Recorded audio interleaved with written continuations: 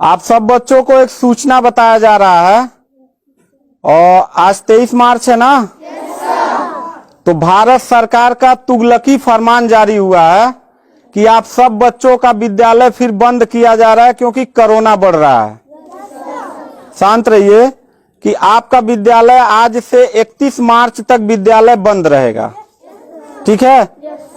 और आप सब लोगों को बताना चाहेंगे कि यही काम पिछले साल भी हुआ था कि एक हफ्ते के लिए लॉकडाउन किया जाएगा जब आपका एनुअल एग्जाम चल रहा था, और तब से लेके पूरा साल जो था वो विद्यालय बंद हो गया, जिससे आपकी पढ़ाई बहुत ज्यादा नुकसान हुआ।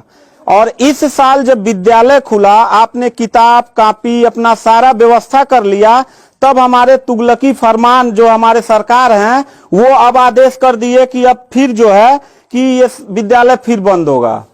माननीय योगी आदित्यनाथ महाराज जी, मैं आपसे पूछना चाहता हूं कि आप बच्चों के भविष्य के साथ और जो प्राइवेट अध्यापक विद्यालय में पढ़ा के अपनी रोजी रोटी कमा खा रहे हैं, उनके पेट पे लात क्यों मार रहे हैं? इन बच्चों के भविष्य के साथ खिलवाड़ क्यों कर रहे हैं? ठीक है, कोरोना अगर बढ़ रहा है, विद्यालय बंद था, पूरे साल में किसी एक अध्यापक ने, किसी एक प्रबंधक ने कभी भी विद्यालय खोलने के लिए कोई धरना प्रदर्शन नहीं किया और हम लोगों ने पूरा सपोर्ट किया। लेकिन बीच में अगर कोरोना फैल रहा है तो मैं आपसे पूछना चाहूंगा कि जब गोरखपुर महोत्सव आप करा रहे थे तब कोरोना फैल नहीं रहा था।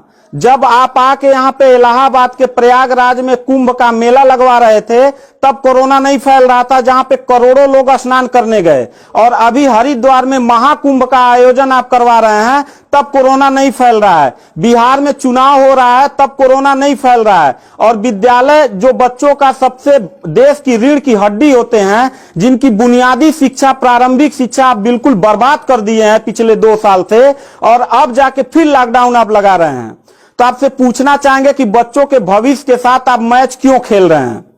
ये जितने भी बच्चे हैं, अगर 1 मार्च आप 1 अप्रैल बोले हैं, 1 अप्रैल तक अगर विद्यालय नहीं खुला तो इन सारे बच्चों को लेके मैं रोड पे बैठ जाऊंगा। ये मैं आपको खुला चैलेंज कर रहा हूं, क्योंकि बात सिर्फ मेरे तक का नहीं है, इन सारे बच्चों का भविष्य है और इन सारे बच्चों का भविष्य आप लोग अंधकार में डाल रहे हैं। आप लोग खुद नहीं चाहते हैं कि देश का बच्चा पढ़े, पढ़ के कुछ लायक बने। आप लोग अपना जब रैली निकालना रहेगा, चुनाव रहेगा, तो कोरोना आपके पास नहीं रहता है, और जब आपको लगेगा कि आपके विपक्ष में लोग खड़े हो रहे हैं तो आप कोरोना का ड्रामा करा के विद्यालय को सबसे पहले आप बर्बाद कर रहे हैं। आप बताइए, विद्यालय में आप गोरखपुर जिले में 193 लोगों ने अपने विद्यालय की मान्यता निरस्त करा लिया। जानते हैं क्यों? महंत योगी आदित्यनाथ जी, क्योंकि वो लीज पे चलाते थे और उनका भाड़ा हुआ करता था 40,000 45,000 रुपया मंथली हुआ करता था। वो भाड़ा न चुकाने के वजह से, चूंकि मालिक को भाड़ा चाहिए, उन लोगों ने अपनी मान्यता निरस्त करा दिया। और सरकारी जो स्कूल है उनकी हालत तो पहले से मतलब खस्ता हो चुकी है। तो ऐसे कंडीशन में गार्जियन करे तो क्या करे और हम अध्यापक करे तो क्या करें? ये जितने भी 16-17 स्टाफ हैं, इन सब लोगों की रोजी रोटी चलती है इन बच्चों के और इस विद्यालय के संस्था से। आप लोग हमारे पेट पे प्रहार कर रहे हैं, हम लोगों के व्यवसाय से प्रहार कर रहे हैं। अगर आपको लग रहा है कोरोना है, ठीक है, विद्यालय बंद कर दीजिए, तो आप ये भी अपनी नियत को साफ करिए कि कुंभ का जो मेला, महाकुंभ का लगवाने वाले हैं, उसको भी कैंसिल कर दीजिए। और जो गोरखपुर महोत्सव और गोरखनाथ का मेला लगवा के आप ड्रामा करवा रहे हैं, वो भी बंद करवाइए। यानी आप खुद नियम का पहले फॉलो करिए, हम लोग नियम को फॉलो करने के लिए तैयार हैं। अगर लास्ट में जाते जाते यही कहेंगे, इन बच्चों को, चेहरों को देखिए, इनके माता पिता ने सारे बच्चों का, किनका मोबाइल बज रहा है, साइलेंट कर लीजिएगा सर। इन सब बच्चों के माता पिता ने, बच्चों कितने लोगों ने आप किताब कॉपी अपना सारा कंप्लीट कर लिए हो? पता है, एक एक बच्चों की किताब कॉपी 2-2 हजार रुपए की आती है। आप फिर लॉकडाउन लगा दिए, इनकी पूरी पढ़ाई बर्बाद हो गई। अब यानी आपने 1 हफ्ते का लगाया है, आपकी नीयत पे तो मुझे 100% विश्वास है ही नहीं है कि आप करोगे क्या। आप पूरे साल पढ़ाई बर्बाद करोगे। हाथ नीचे करिए। अब ये बच्चे करेंगे क्या? किताब लेकिन इनके गार्जियन करेंगे क्या? हम लोगों ने पूरा कोऑपरेट किया सरकार को। जितना दिन लॉकडाउन लगा था उतना दिन का मैंने पूरे सभी विद्यालय के लोगों ने शुल्क माफ कर दिया, क्योंकि गार्जियन के ऊपर कोई लोड न पड़े। हम लोगों ने टीचरों को पेमेंट नहीं किया, क्योंकि हम लोगों ने जब फीस नहीं लिया तो पेमेंट कहां से करें। हम लोगों ने पूरा सरकार का साथ दिया, जितना हो सकता था सब लोगों ने साथ दिया।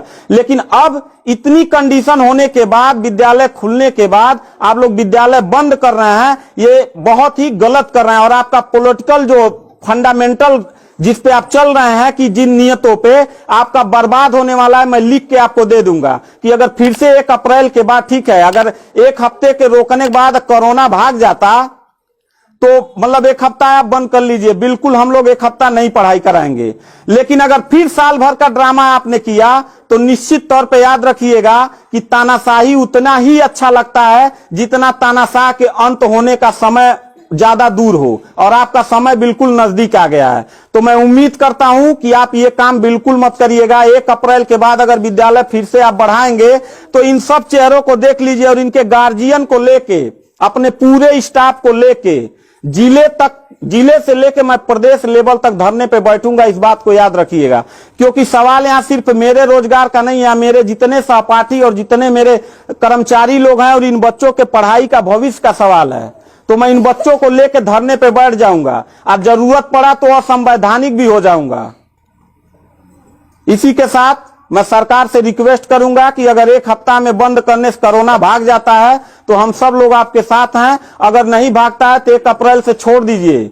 हम लोगों को कोरोना होगा, मरेंगे, क्या करेंगे वो हम लोगों की रिस्पांसिबिलिटी है। आपको इतना चिंता करने की जरूरत नहीं है, क्योंकि कोरोना में लॉकडाउन लगाने के बाद खाना हम ही लोग पहुंचाएंगे, लोगों के आने जाने की व्यवस्था हम ही लोग करेंगे, उनके दवा दारू की व्यवस्था हम ही लोग करेंगे। आप सिर्फ ड्रामा करेंगे, सिर्फ थरिया पिटवाएंगे और मोमबत्ती जलवाएंगे, इससे ज्यादा तो आपकी कुछ औकात है ही नहीं है। तो मैं उम्मीद करता हूं कि 1 अप्रैल के बाद आप विद्यालय खोल दीजिएगा। इन बच्चों के भविष्य के साथ आप लोग खिलवाड़ मत करिएगा।